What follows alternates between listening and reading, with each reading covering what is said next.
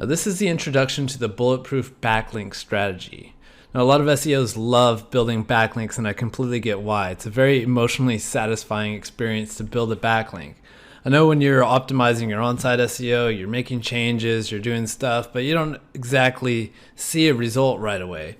And it's not like you see a result right away with the backlink, but it gets added to your backlink profile. It's like a collection of votes that you have over and over time, and that ultimately, stacks up and ends up benefiting you even years down the road. So it's a very satisfying experience. It's a cool thing to do, and I'm excited to get into this topic.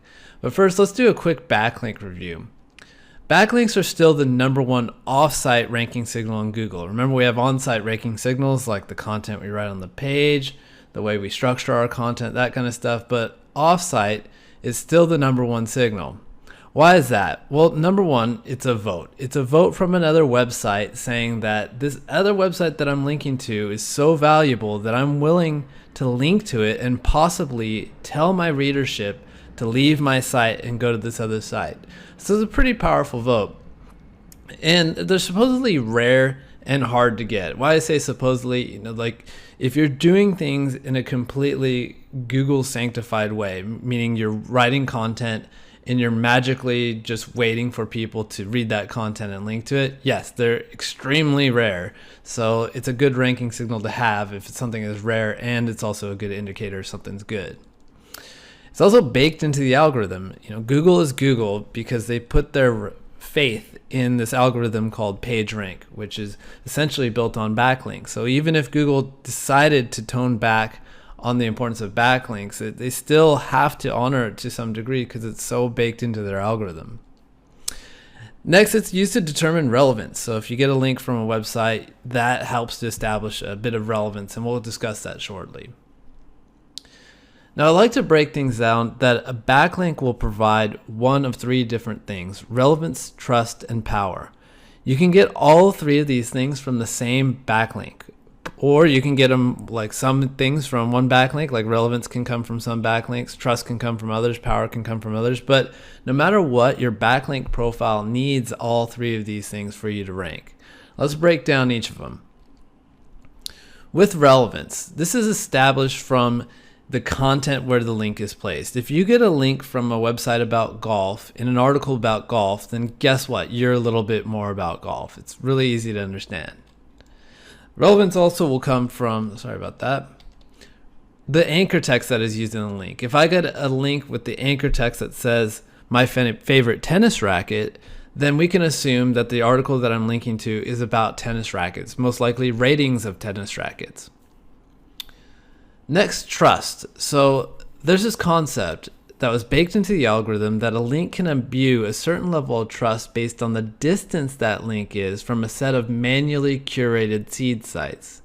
So the New York Times is probably one of these seed sites, like maybe Wall Street Journal, big, gigantic websites, WebMD. These are probably seed sites that are manually curated that Google says we trust links from these guys.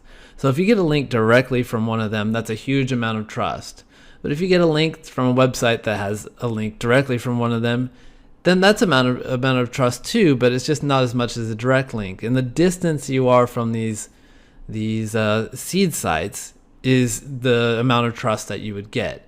Majestic attempts to model this with their trust flow metric.